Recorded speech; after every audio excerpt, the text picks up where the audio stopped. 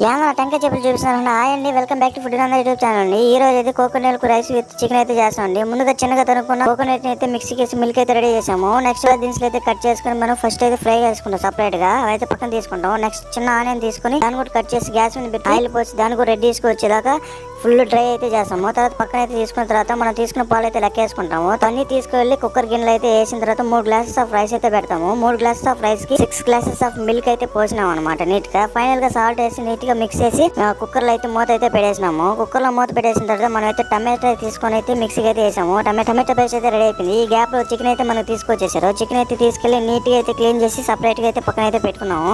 Water chicken మళ్ళీ separate చేసాము. మళ్ళీ తర్వాత ఒక సపరేట్ గా ఒక ప్యాన్ లో పెట్టి ఆయిల్ అయితే వేసినాము. తర్వాత అయితే ముందుకు పేస్ట్ చేసుకుని ఆనియన్ పేస్ట్ వేసి నీట్ గా అయితే ఫ్రై చేసుకున్న తర్వాత మనం టమాటా వేసి అయితే వేసాము.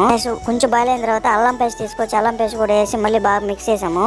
ఈ గ్యాప్ లో పుదీనా తీసుకెళ్లి మనం పెట్టిన రైస్ లో అయితే వేసాము అనమాట. చాలా టేస్ట్ అయితే చాలా బాగుంటది. ఈ విధంగా ఎవరైనా చేస్తుంటే కామెంట్ చేయండి, చేయకపోతే చేసుకుని చాలా టేస్ట్ గా ఉంటుంది. ఇక్కడ దగ్గరకు వచ్చిన తర్వాత మనకు నీట్ గా ఫ్రై అయిన దాంట్లో మనం కారము, మసాలా, ధనియాల పొడి అని వేసుకున్నాము. నెక్స్ట్ అయితే మనం నీట్ గా క్లీన్ చేసుకున్న చికెన్ అయితే దాంట్లో అయితే వేసుకున్నాము. వేసుకున్న తర్వాత నీట్ గా అయితే మిక్స్ చేసాం అనమాట. నీట్ గా అయితే మిక్స్ చేయాలి, ఎందుకంటే మనకు ముక్కకు మసాలా అయితే పెట్టాలి. ఈ విధంగా ఎవరైనా చేస్తుంటే కామెంట్ చేయండి. మాక్సిమం కాలేజ్ రూమ్ లో ఉంటే చేస్తుంటారు. ఫైనల్ గా కొబ్బరి పొడి అయితే వేసాము. మళ్ళీ తిరుక్కు వచ్చేసి నేను మూత రైస్ దగ్గరికి అయితే వచ్చేసి రైస్ అయితే చెక్ చేశాను. రైస్ అయితే ఫైనల్ గా ఉడిపోయింది.